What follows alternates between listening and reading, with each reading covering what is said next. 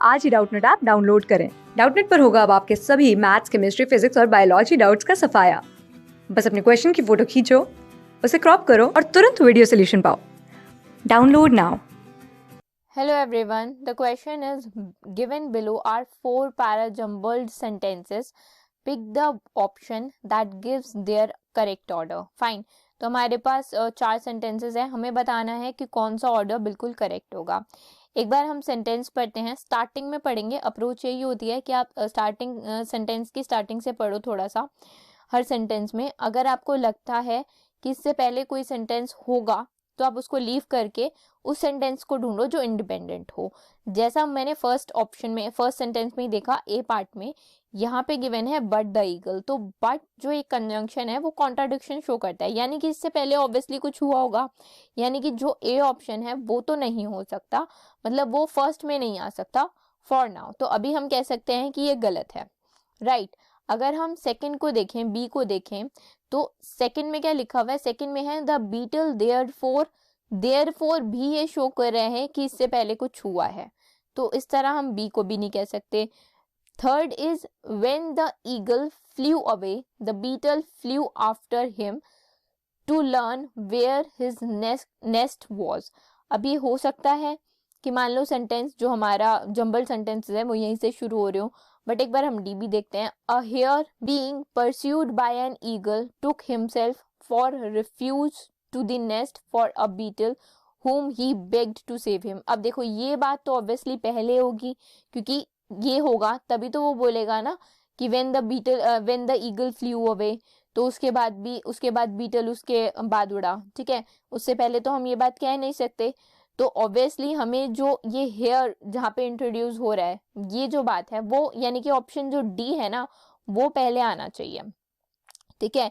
D एक independent sentence की तरह वर्क कर रहा है यहाँ पे बेसिकली, और उसमें कोई भी डिपेंडेंट क्लॉज हमें यहाँ पे नहीं दिख रहा है after reading ABCD। Fine. D is an independent of any other sentence as it is given general information about a hare, ठीक है। सो ये फर्स्ट हो जाएगा। अब ना तो हमारा आंसर होगा ए ना डी, या तो होगा बी या होगा सी, ठीक है, क्योंकि दोनों में ही क्या है, डी फर्स्ट पोजीशन में। अब देखो हम यहीं से ही देखते हैं, बी के बाद या तो डी के बाद या तो बी होगा या फिर डी के बाद क्या होगा, सी होगा, ठीक है।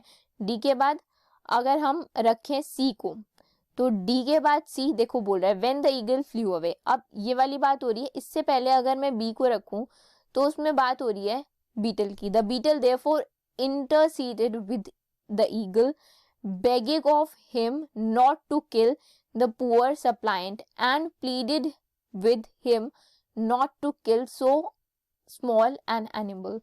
इसके बाद ना बिल्कुल बी सही होगा। क्यों? देखो यहाँ पे बात थी कि एक जो हेयर है वो परस्यूट किया जा रहा था ईगल के द्वारा, राइट।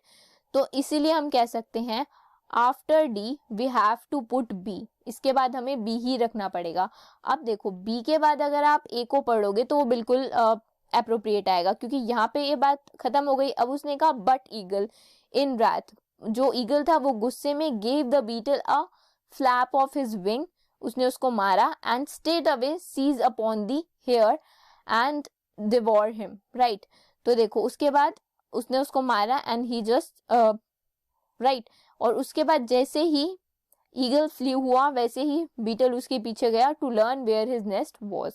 तो obviously D B A C ये करेक्ट है, यानी कि हम कह सकते हैं हमारा करेक्ट आंसर क्या होगा, ऑप्शन बी, क्योंकि ऑप्शन बी में ही ये जो स्ट्रक्चर है, जो सिनेरियो है, ये पूरा हो रहा है DBAC का।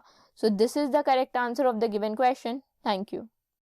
क्लास 6 से 12 से लेके नीट, IIT, JEE मेंस और एडवांस के लेवल तक 10 मिलियन से ज्यादा स्टूडेंट्स का भरोसा। आज ही डाउनलोड करें डाउटनेट ऐप या व्हाट्सएप कीजिए अपने डाउट्स 8400 400 400 पर।